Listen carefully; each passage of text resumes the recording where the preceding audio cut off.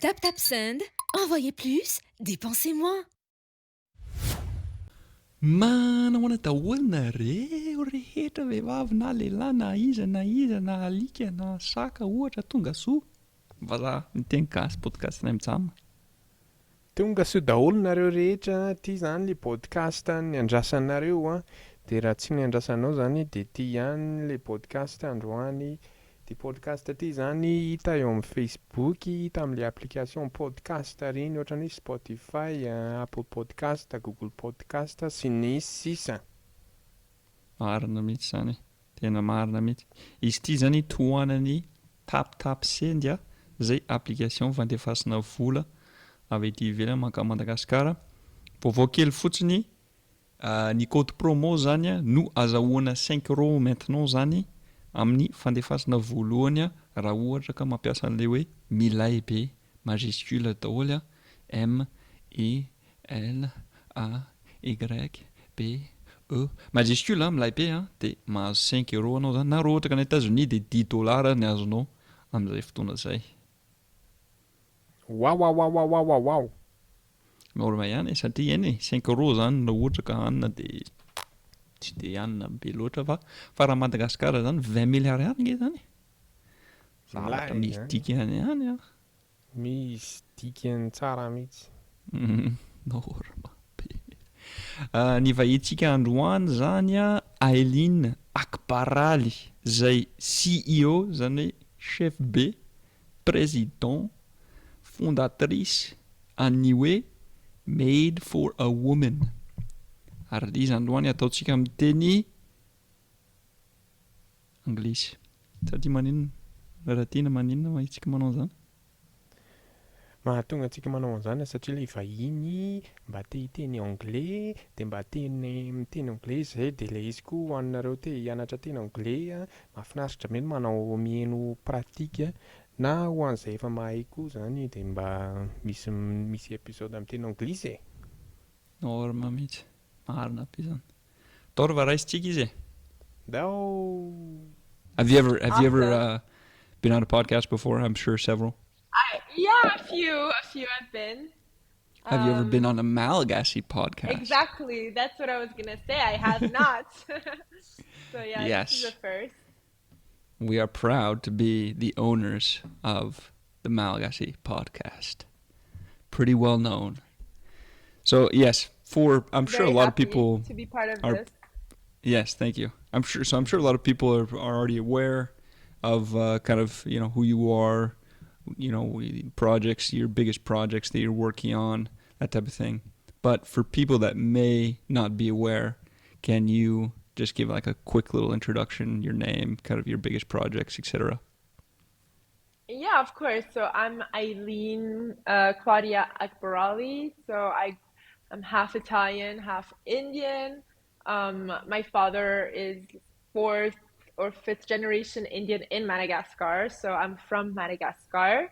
So I grew up in Madagascar. I did my whole school years in Madagascar, and then for university, I flew out. I studied in Rome, in Milan. I worked in India, and I got a master's degree in Paris, all focused in business and social corporate responsibility. And then in 2019, I decided to come back to Madagascar because my ultimate dream since a very young age was to create a social entrepreneurship focused in promoting Malagasy craftsmanship through the art of weaving and in the fashion industry. So today, Made for a Woman, we're more than 350 people that work at the atelier, and we work directly with luxury brands, such as we just had a capsule collection for the brand Chloé, which is a French luxury brand.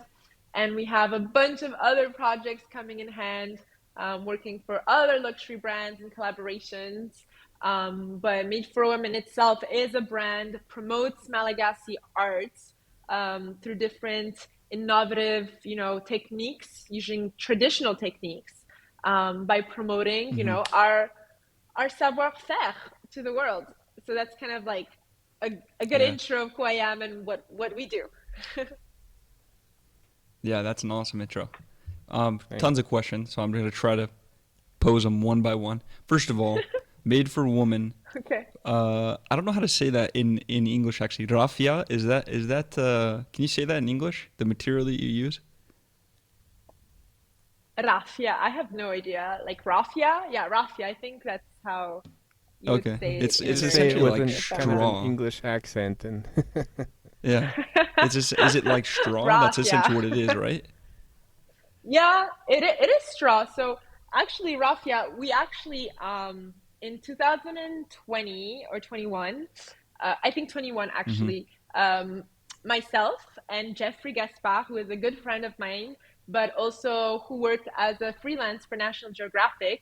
When I started the brand, I was Mm-hmm. like, okay, Jeffrey, let's go in the forest and let's go film this raffia. Like I had no idea what this fiber was. I didn't even know it came from, palm trees. And he's like, okay, let's do this. So we went to go see in Majanga these suppliers that I really wanted to work with because they were the only certified suppliers in the whole country. And we went there and we just kind of like filmed the whole supply chain of the raffia fiber. It comes from a palm tree. We work with this protected national park called the Ankara Park with these Mm-hmm. suppliers. Their name are Kalfan Fil.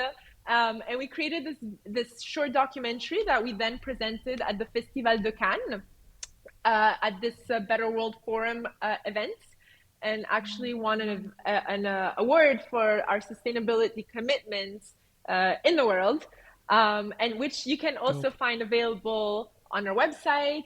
And it's super interesting just to understand, where it comes from, and it has a beautiful story, promoting villagers in this park, and then also in terms of biodiversity and how important this plant is in the environment of Madagascar. It's super interesting.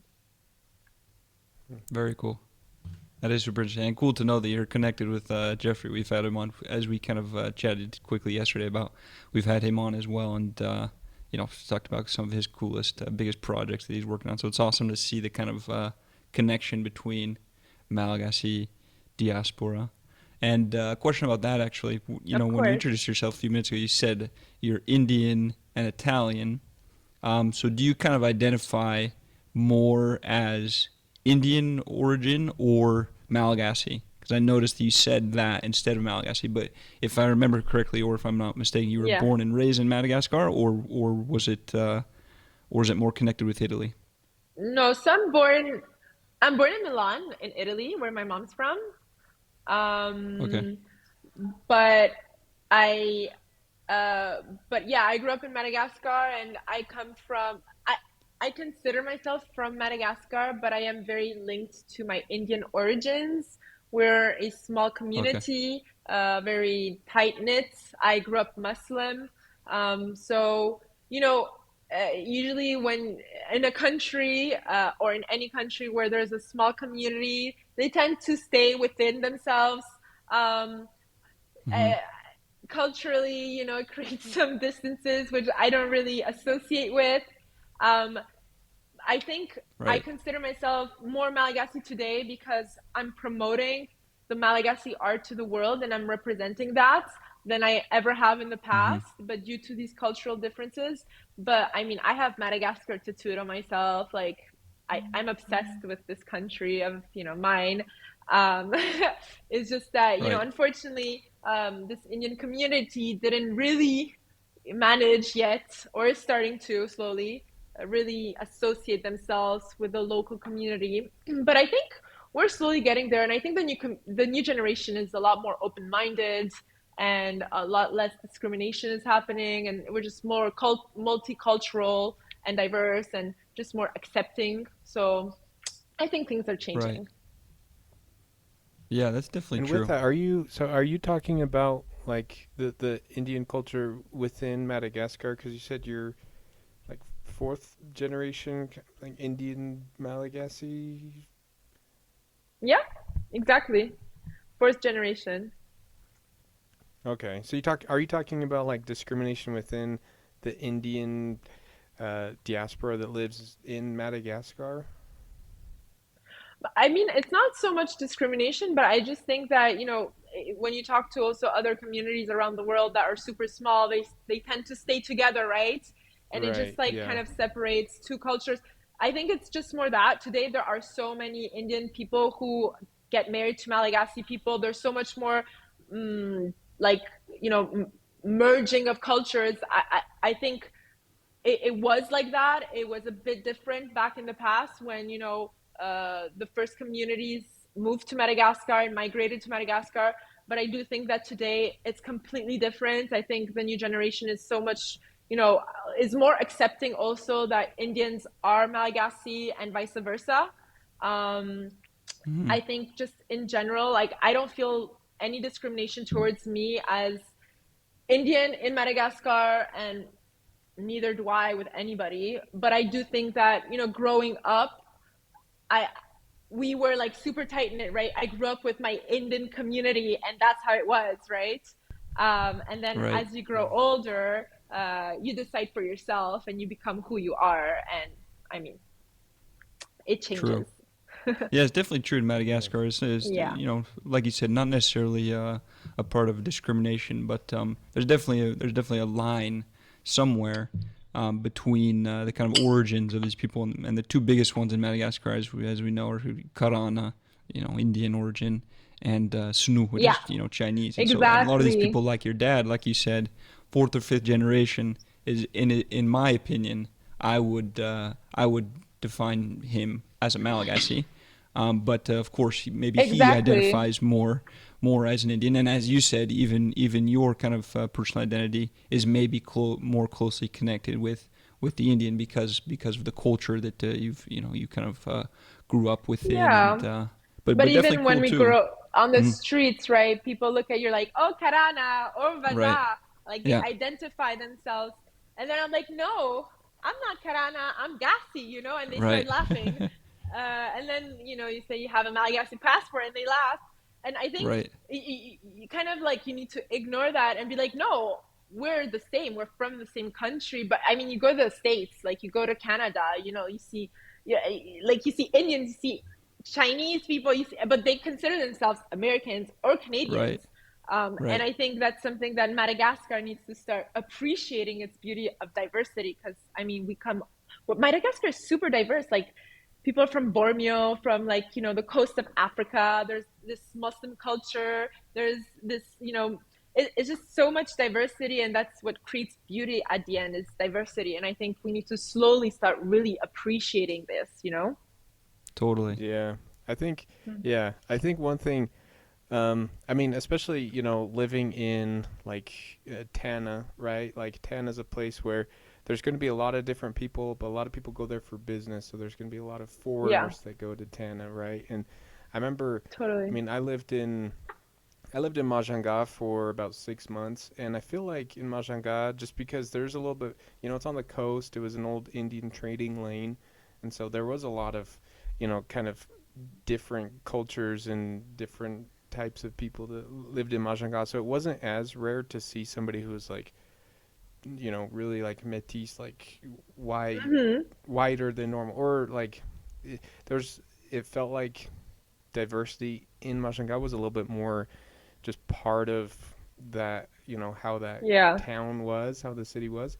Where walking around Tana, you're going to be running into a lot of people that, probably don't have the means to travel as much, and so they're not really Mm. used to seeing like the other Mm. people. But I think Totally. that is such a big thing. I always tell people, because I live in the United States now, and I talk about Madagascar all the time, and I always tell people it's much more of a diverse country and people than you would think.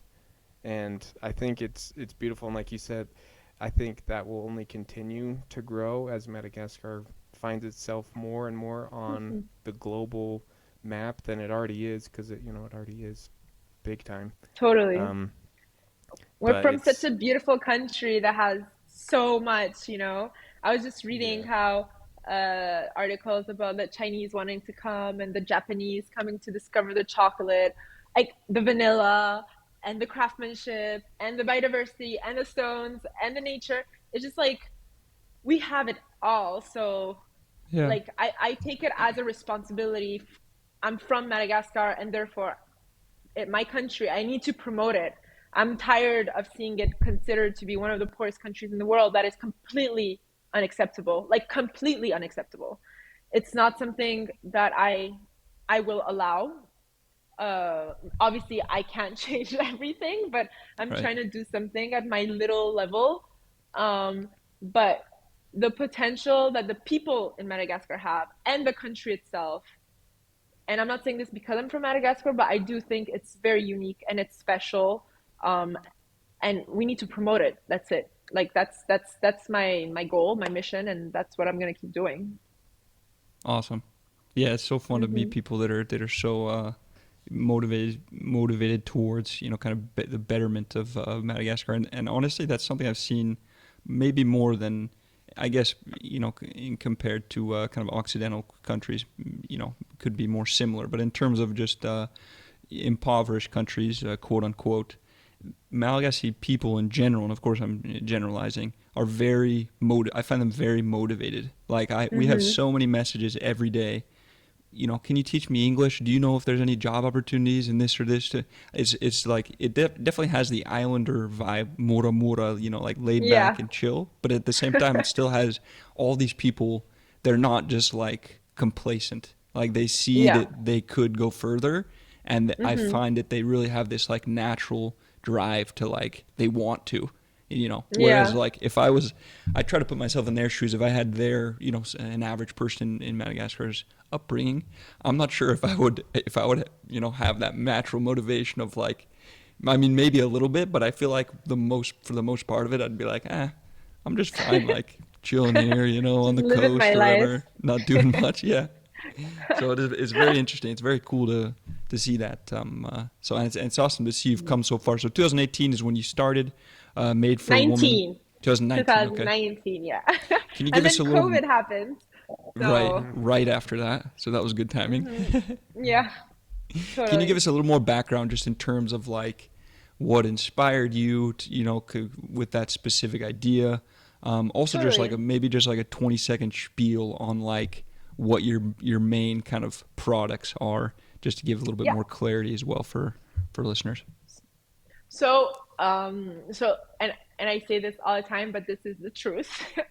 What really inspired me to do this project is the fact that growing up in such a poor country, I just never really understood why I had more than children outside of where I lived. Right. It's just like a concept that I never, like, my brain didn't comprehend. Right. And I suffered that a lot because I just didn't accept it. I remember, like, I would steal at my school or my home to give people stuff, and my mom would be like, "Where are all our like toys?" And I'd be like, "I just gave them all." Yeah. It's just something I just always agreed. Like, I just believe in the concept of sharing. Right. My Totally. colleague says it's communism, but it's Right. okay. It's okay. We're a newer uh, generation of Americans, so yeah, communism would have scared us 20 years ago, but we're okay now. yeah, exactly. It's just really, I just didn't accept it. I don't, and Yeah. I still don't accept it. And that's what motivates me every single day.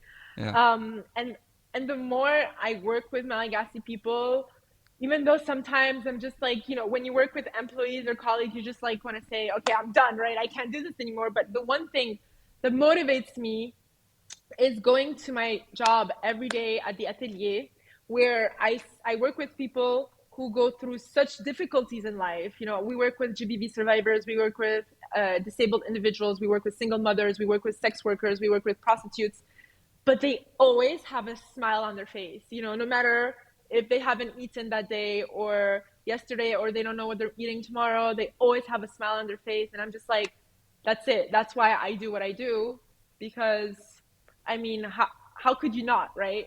Right.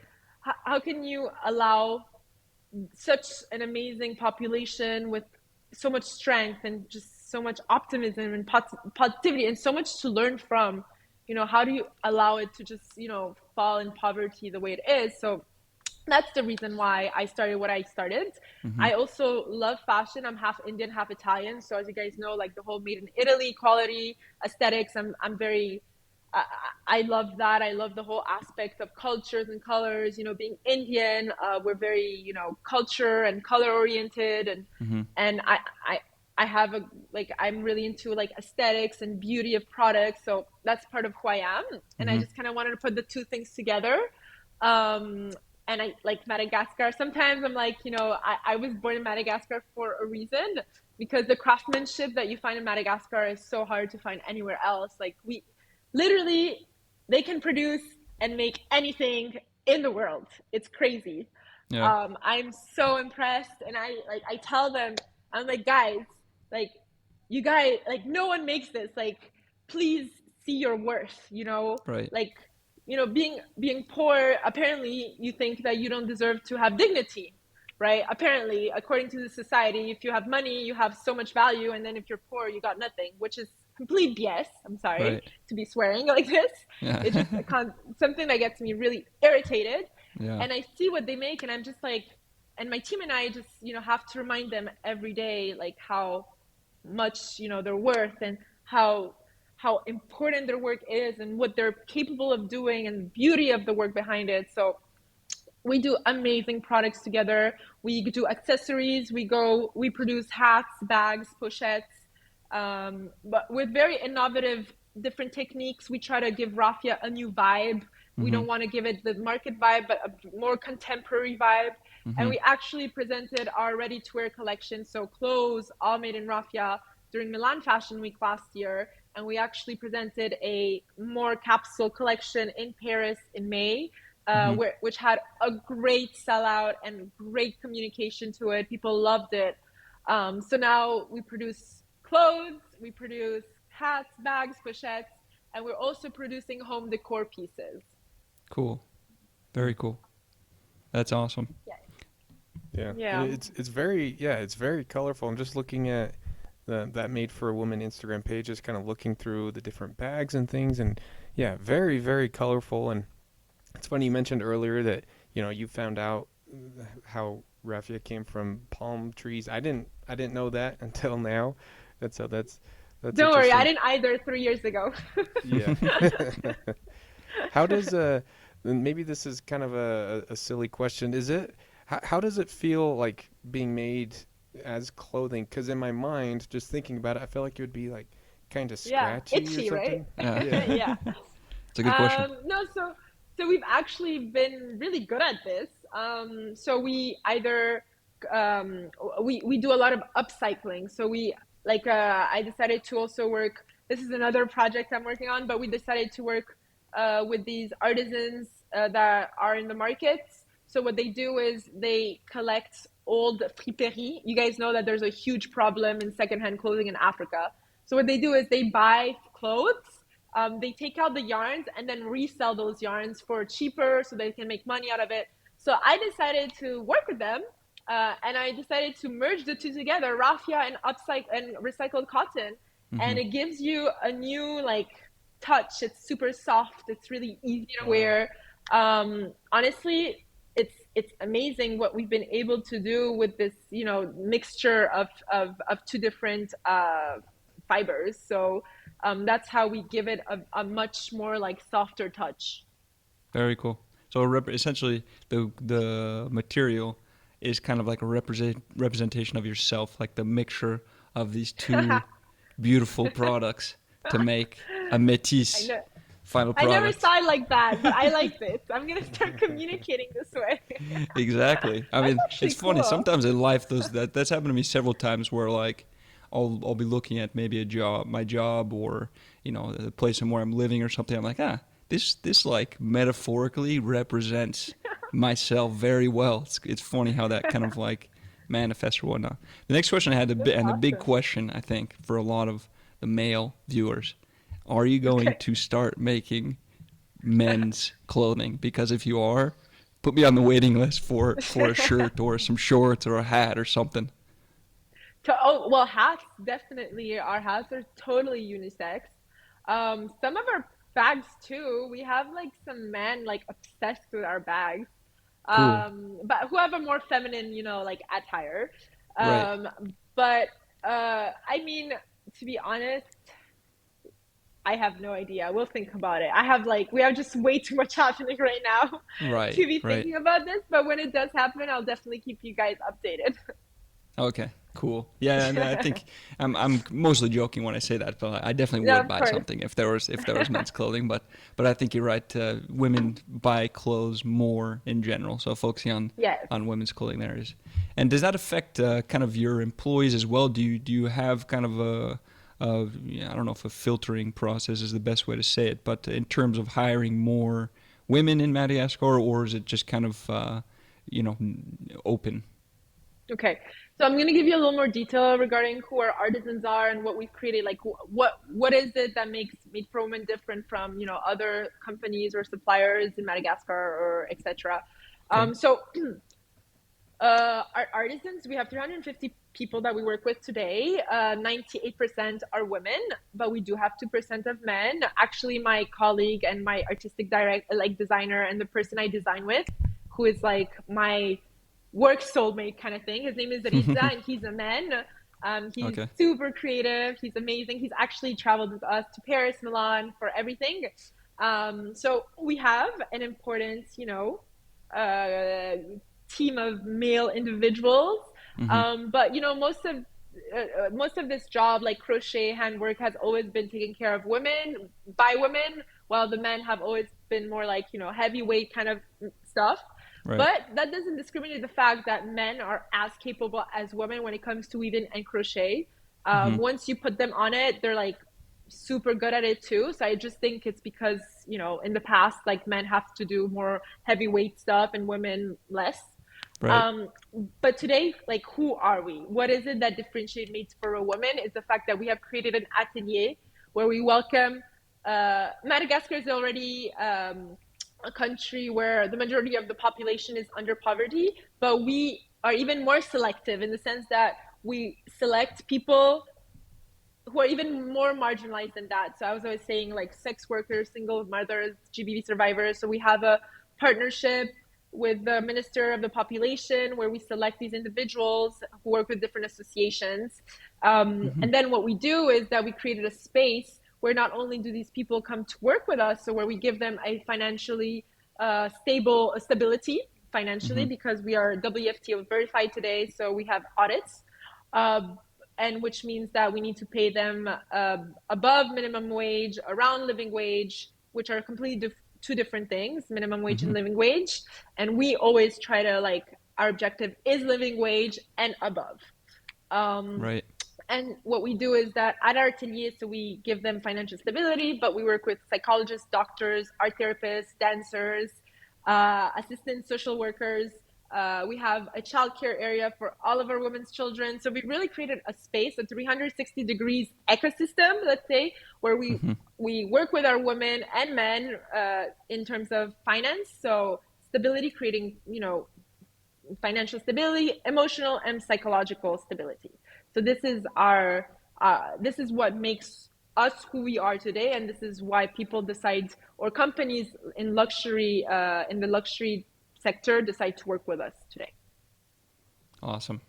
That's amazing. Yeah, to see it. And it's definitely, I mean, I think that's needed worldwide, but especially in a country like Madagascar, to have more than just a paycheck. When you have Totally. other things that your company is proposing. And in Madagascar, a huge thing is, of course, childcare. Having most people, I don't know what the statistics are, but most people 20 and above, I would say, have children. So something like that Exactly. is just super important. And I love how you said as well the difference between minimum wage and living wage, because minimum wage is, do you know what the minimum wage in Madagascar is? Something like $100 a month or something, 200. Yeah, $150. it's 200,000 ariary. It's very low. Okay. Wow, that's not You, even you a can't live hundred with dollars, that. is it? $100. No, No. that's How like can you live with $75 a that? month. Yeah, that's not Like, that's living wage, because crazy. rent in Madagascar is surprisingly not Exactly. extremely affordable.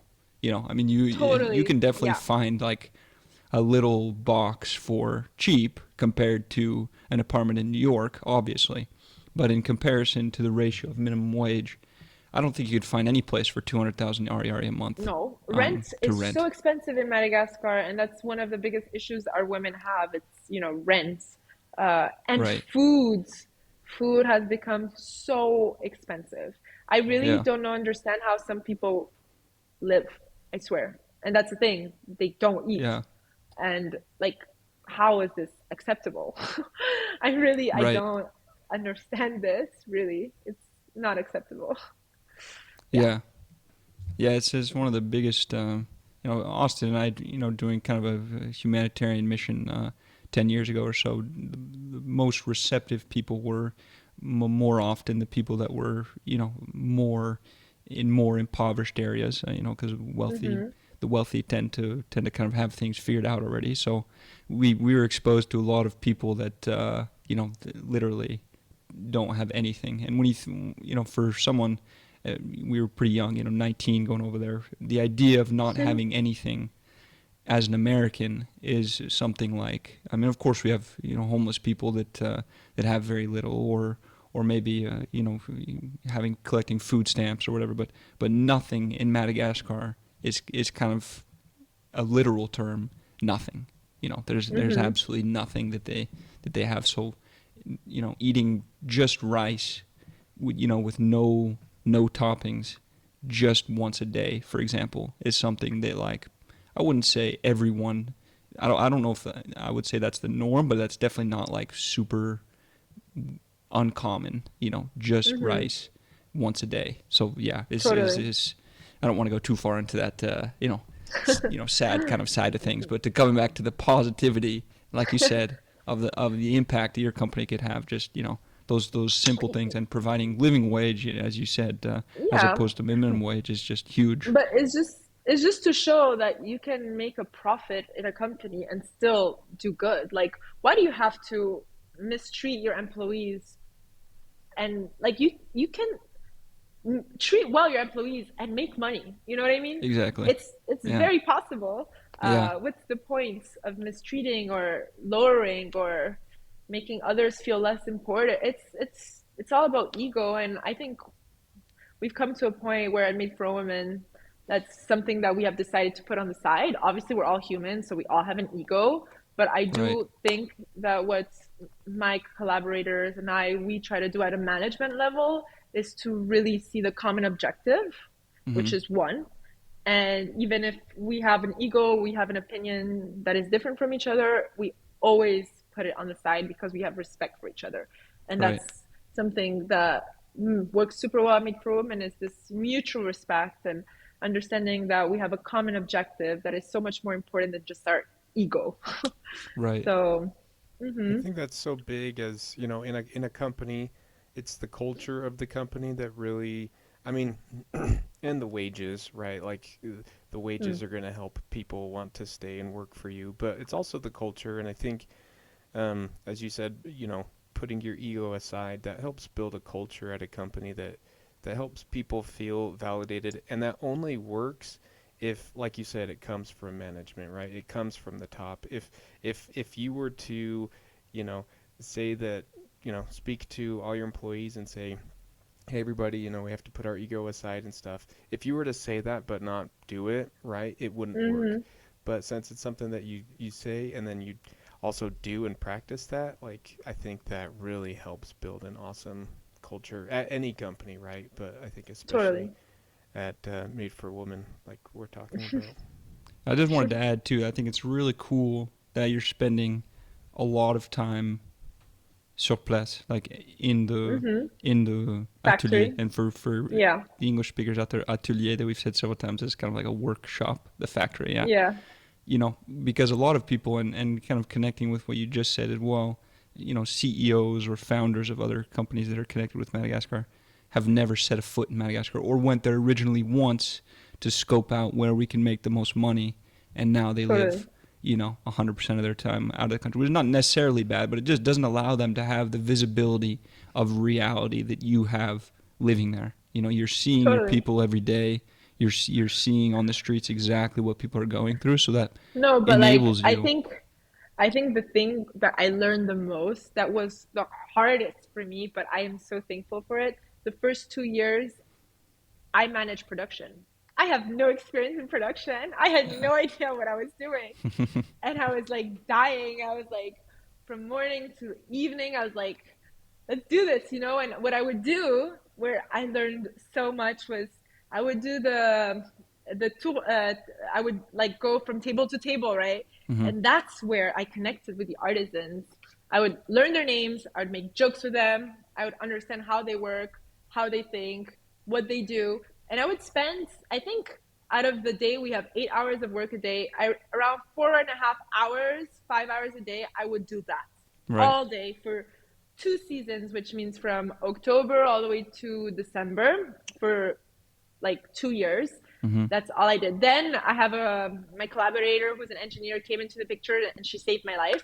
But until then, it was really, working with them day to day, directly, learning their names, knowing who they are, getting like, that just changes everything, They just feel so much more connected to you and you feel more connected to them. And when you're talking about them, you know what you're talking about, you know what they've been through. You're not in their place, so you don't know what they go through, but you can empathize with them. You can be compassionate towards their story. And that's how you create a story around what we've created. And that's, what I'm capable of doing today is I can talk for them. I'm their ambassador for the moment. I hope one day that they can be their own ambassadors, and that's the only credibility I have is because I've spent so much time with them and I know what I'm talking about. Right. Exactly. Yeah. Yeah, I think I agree. Those are kind of things that we came away with is definitely never, well, you more so than us being raised in Madagascar, but in terms of, I guess myself personally, I think I tend to do this a little bit more when I first got to Madagascar because you have a little bit of that kind of spike of pride where you're like, oh, I speak the language, I'm becoming Malagasy, the culture is like second nature to me. But then you get to a point where you realize that that's actually not true. I probably understand 1% of what's going on as opposed to what I previously thought 99%. So definitely, seeing everything that's going on gives you a huge understanding. But for me personally, I totally agree. Never crossing the line of like, faking, or I guess I don't know if it's faking or pretending to understand what they're living. And again, talking personally, because you being raised in Madagascar, I think you definitely saw more of that. Sorry, my dog is getting hyped up. No. But yeah. No So, anyways, that was my comment about that. So. Totally, I agree, 100%. So Eileen, I do have a question for you. So, with how multicultural you are, just how many languages do you speak? Okay, so I don't speak any of them 100% well, but I've learned to speak many. I speak English, French, Gujarati. I learned Spanish. I speak Malagasy and Italian. Lol, that's my first language. And yeah, that's it. But I don't speak any of them perfectly. As you can tell, my English isn't like wow either. No, your English is perfect. Your accent is English, American too. Yeah, I think there's a difference between, obviously there's a difference between being native and being fluent in a language, but at the same time, like, I don't think that's a bad thing. I don't think if you're not a native English speaker, we're having this conversation right now, and I have zero concerns of you being able to, pick up what I'm putting down and understanding. And yeah, Totally. But that's awesome. So how many languages is that? 5? Did you list 5 of them? Yeah, like 5.5. 5.5. Okay. And then I love at the end you said that's it, as if like that's all I got for now. Yeah. So it's not that much. Just 5.5. Yeah, Americans right now, any Americans listening, their jaws just dropping at 5.5 because 1 is the average in America. A lot of Americans will try to say, I speak a little Spanish, but if you ever put them to the test, I've it's heard like, that. hola, ¿cómo está?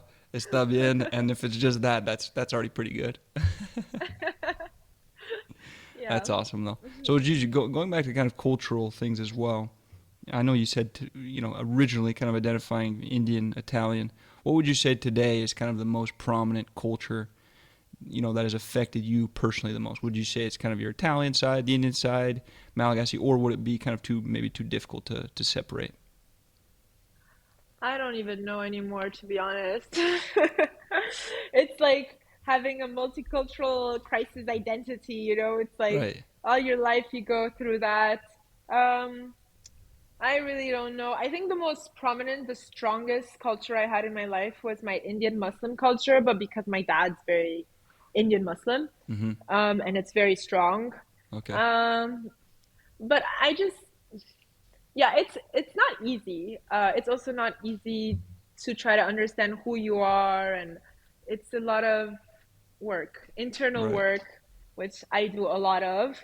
Mm-hmm. Um, but it's a bit hard. When I'm in Italy, I don't really feel super Italian. When I'm in Madagascar, I'm not fully Malagasy. Mm-hmm. Even in my Indian community, I'm half Italian, so like Right. I'm not fully them.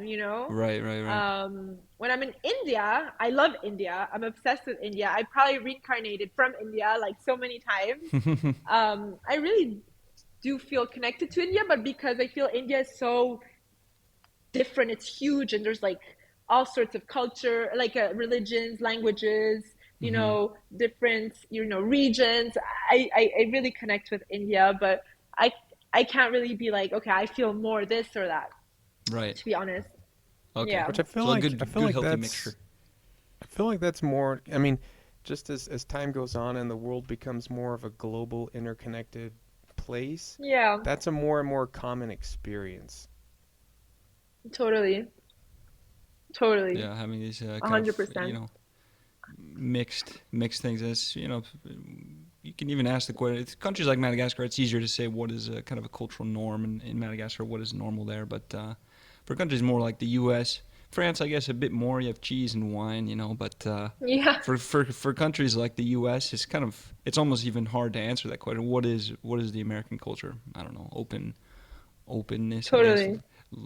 Openness. Being what is the word? Outspoken. There we go. Being kind of outspoken, I Okay. guess, is kind of American. Maybe, I don't know, but yeah, so it's cool though. You can it's kind of like with languages. You can combine, your understanding from all of them, and kind of perfect it to a new.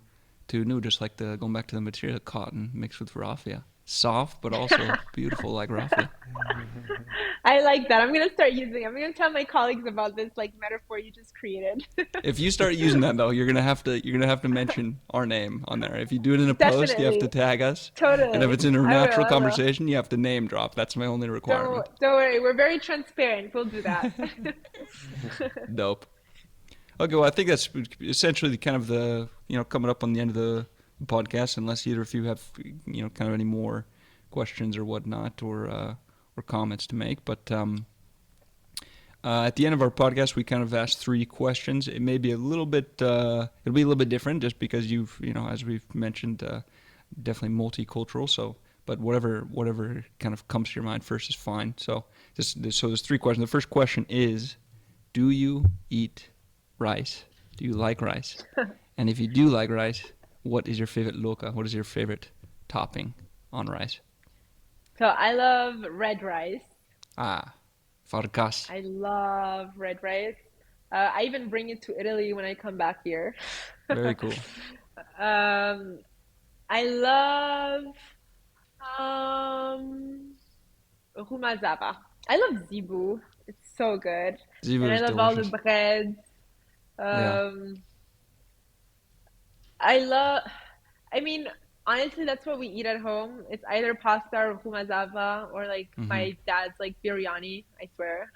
Okay. That's all we eat at home. It's like, uh, I mean, I could live on rice, to be honest, but I Dope. think we can all, because we grew up in Madagascar, so Right, right, it's yeah. kind of normal. That's But awesome. This red yeah, rice, though. Red rice is actually the most nutritional rice, even more than brown rice on the market. So, I good heard. choice. Yeah, no, red rice is so good. Everyone should be eating red rice. Madagascar should be exporting red rice. Yeah, Like, seriously. it's really good, It's so good. honestly. Especially today in the world of like all organic and nutritional and how there's this whole like trend. It Exactly. would work super well. Yeah, I But agree. yeah. Dope. But yeah, Cool. that's it. The next question then is, do you like Malagasy music? And if so, who is one of your favorite Malagasy artists? Yeah, I love Malagasy music. I mean, how can you not love Malagasy music? Everybody, like Big MG, Jerry Marcos, uh, even like, you know what it is? I'm really bad with names, but even with my friends' names, so I can't remember names. So it's not that but I listen to Malagasy music, Black Nadia, like it's the Sick. more commercial stuff. But I also traditional Malagasy music. I just all of it. Like I love it. I don't know who the new artists are, to be honest with you guys. Yeah. Uh, but there's so many new like emerging musicians in Madagascar. It's Yeah, there are. crazy. It is So many, crazy. and they're so talented. So talented. Yeah. I think it's Yeah, my there's a lot. favorite music in Africa is like Ghana music and Malagasy music. It's just Yeah. it's Yeah, I was gonna say Malagasy amazing. music is definitely not one of the most popular, but is doing pretty decent around Africa. There's a lot of the younger artists that have, millions of views and followers and whatever, and people from other countries in Africa are commenting and listening and enjoying. So yeah, it's very cool to see that, because these other African music use French or English or Portuguese or whatever, so it's much easier for them to reach other audiences. But Malagasy music, being of course the only country that speaks Malagasy, it's much harder linguistically to connect on a musical. It has to be very good essentially for people. Maybe that's just my personal opinion, but when I don't understand anything in a song, it's a little bit harder for me to connect with the song. So it just speaks to their talent for sure. 100%. No, they're so talented. I think it's one of the best assets of Madagascar is its music. It's insane, insane. Yeah, very cool. Cool. Okay, third and final question. This one should be Okay, really interesting. final question. Um, yes. In your opinion, what is one thing that other countries, so whatever other country, can learn from something that Malagasys do well, whether it be cultural or linguistic or whatever it is? What is something that other countries should learn from Madagascar? I think Malagasy people are very peaceful individuals. They have a very like Pacific, Pacific. I don't know how to say it. Like Mm-hmm. very gentle. Um, sorry. Oh, sorry. I thought my colleague was helping me with words. Oh, peaceful. Yeah, Yeah. they're pacifists. Yeah, Yeah, they're peaceful. pacifists. Mm-hmm. Sometimes it's it's not always a pro to be pacifist, but I think in general in Right. life it just makes you live better because living with like Mm-hmm. anger and frustration, I don't think it helps you in any way. And I think that's one Mm-hmm. thing a lot of my friends also say when they come to Madagascar. One thing they remember is how nice people are, how welcoming they are. Yeah. I definitely Mm-hmm. think that's something everyone should learn from. Like one thing I always laugh about is the fact, when Malagasy people drive, it's a mess, but no one's like swearing at each other. Yeah. You know what I mean? In Italy, Yeah. it's like the Totally. complete opposite. It's like, okay, we're all living the same life. We all Yeah. have to go to work. It's not like one person Yeah. has more Exactly. responsibility than the other. But here, like, everyone's swearing at each other, honking at each other, everyone's pissed. In Madagascar, you're late, Yeah. but you let people pass. And I'm just like, how are you letting this person pass? But you do. You let them pass because what is it going to change in your life? It's just all these little small things that Right. you just learn so much. It's just, being nice is always the Yeah. answer, no matter what. So That's I totally think true. that's, Yeah, even in yeah, France and in Utah, where we're kind of from, same thing. Drivers are just yeah, mad, you know. exactly. And it's funny because in Tan is like one of the worst traffic in the world. So if Yeah, there's it's anywhere where so they bad. should be mad, um, it should be Madagascar. So it's even more impressive Totally. that that they're They kind of can, they have it, they peaceful about keep that. it But anyways, cool. They're so like, yeah, they know how to manage their emotions very well. Yeah, definitely. At least in the public sector, at least in front of other, in front of, in society. Totally. I would totally agree with that. And like you said, there are definitely pros to that. There are also cons to that. People tending to maybe turn the other cheek a bit too much. But totally. But I agree. I would totally agree with that. Very peaceful. Yeah. That's it. Cool. I think. Yeah. Dope.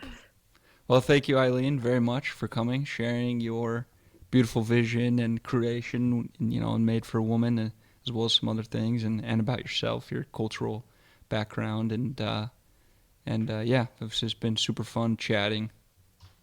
Thank you guys so much for the opportunity and, for contacting me. And, I really want more Malagasy people to know what Made for a Woman does. I want them to know that, we're all capable of doing this in this country and that, we can make it happen. So I'm very grateful to be in this podcast and on your platform. And I hope to speak to you guys soon. And I'm going to be in Paris at the end of the month. So if you're there, let's meet up. But cool. Yes. Just so that, we can meet actually physically. Yeah, for sure. But yeah, that's it. So thank you guys so much for the opportunity.